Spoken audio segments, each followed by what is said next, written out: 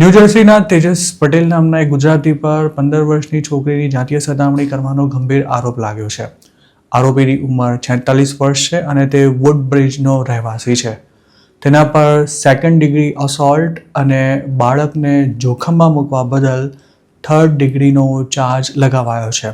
Hudson county prosecutor ઓફિસે તેજસ પટેલ પર લાગેલા ચાર્જીસની માહિતી આપતા જણાવ્યું હતું કે આ કથિત કૃત્ય 2024માં કરવામાં આવ્યું હતું અને ત્યારે વિક્ટિમની ઉંમર 15 વર્ષ હતી. તેજસ પટેલ વિક્ટિમને સ્નેપચેટ પર મળ્યો હતો. ચોંકાવનારી વાત એ છે કે Hudson county department of family સર્વિસમાં આરોપી હાલ કામ કરે છે. જો કે ગુનાને અંજામ આપવામાં આવ્યો ત્યારે પણ ત્યાં જ જોબ કરતો હતો કે કેમ અને હાલ તેને જોબ પરથી સસ્પેન્ડ કરાયો છે કે નહીં તેની માહિતી કાઉન્ટી પ્રોસિક્યુટરે શેર નથી કરી.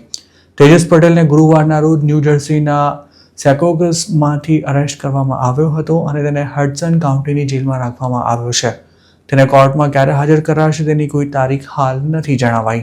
અમેરિકામાં સોશિયલ મીડિયા દ્વારા લોકો અવયસ્ક છોકરા છોકરીને ફસાવતા હોય છે અને તેમને ખોટા વાયદા કે પછી લાલચ આપી તેમની સાથે નીચ કક્ષાની હરકતો પણ કરવામાં આવતી હોય છે. તેજસ પટેલ પર પણ કંઈક આવું જ કરવાનો આરોપ છે અને તેના પર જે ચાર્જીસ લગાવાયા છે તે ખૂબ જ ગંભીર છે. ખાસ તો પીડિતાની ઉંમર માત્ર 15 વર્ષની હોવાથી જો તેજસ સામે લાગેલા આરોપ કોર્ટમાં સાબિત થાય તો તેને ઘણો લાંબો સમય જેલમાં રહેવું પડી શકે છે. આમ તો અમેરિકાના દરેક સ્ટેટ્સમાં આ પ્રકારનું કૃત્ય કરનારાને કડક સજા આપતા કાયદા અમલમાં છે, પણ તેમાં જો ન્યૂજર્સીની વાત કરીએ તો સેકન્ડ ડિગ્રી સેક્સ્યુઅલ અસોલ્ટના કેસમાં જો આરોપ સાબિત થાય તો 5 થી 25 વર્ષ સુધીની જેલની સજા અને મહત્તમ $1.5 લાખ જેટલો આર્થિક દંડ થઈ શકે છે. આ ઉપરાંત જેલમાંથી છૂટ્યા બાદ પણ રજિસ્ટર્ડ સેક્સ ઓફેન્ડરનું ટેગ કાયમ માટે લાગેલું રહે છે, જેના કારણે કોઈ સારી જોબ નથી મળી શકતી અને આવા લોકોને બેંકમાંથી લોન લેવા સહિતના કામો માટે પણ ઘણી જ મુશ્કેલીનો સામનો કરવો પડે છે. તેમજ પોલીસ પણ કાયમ આવા નમૂનાઓ પર નજર રાખે છે.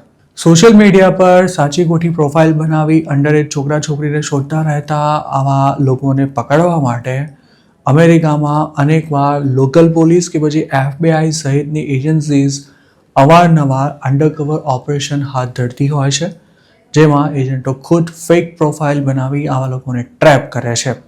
આવી ટ્રેપમાં અત્યાર સુધીમાં અનેક ગુજરાતીઓ પણ ફસાઈ ચૂક્યા છે અને ઘણાને તેમાં સજા પણ થઈ છે. આ ઉપરાંત સ્ટોરમાં કે પછી મોટેલમાં કામ કરતા અમુક લોકો પણ મોકાનો ફાયદો ઉઠાવી ચાન્સ ઝડપી લેતા હોય છે, પણ જો પોલીસ સુધી તેમની કરતૂતની વાત પહોંચે તો તેમને ફસાવાનો વારો આવતો હોય છે. અમેરિકાની અંદરથી પકડાયેલા જે ઇન્ડિયન્સ હાલના દિવસોમાં ડિપોર્ટ કરવામાં આવી રહ્યા છે તેમાંના ઘણા લોકો પર આ જ પ્રકારના ચાર્જીસ હતા. આ સિવાય અમેરિકામાં ડૉક્ટર તરીકે પ્રેક્ટિસ કરતા હોય તેવા પણ એકલ દોકલ ગુજરાતી આ જ પ્રકારની કરતૂતો કરવા બદલ જેલની હવા ખાઈ ચૂક્યા છે અને તેના કારણે તેમને પ્રેક્ટિસ કરવાનું પણ પડતું મૂકવાની ફરજ પડી છે.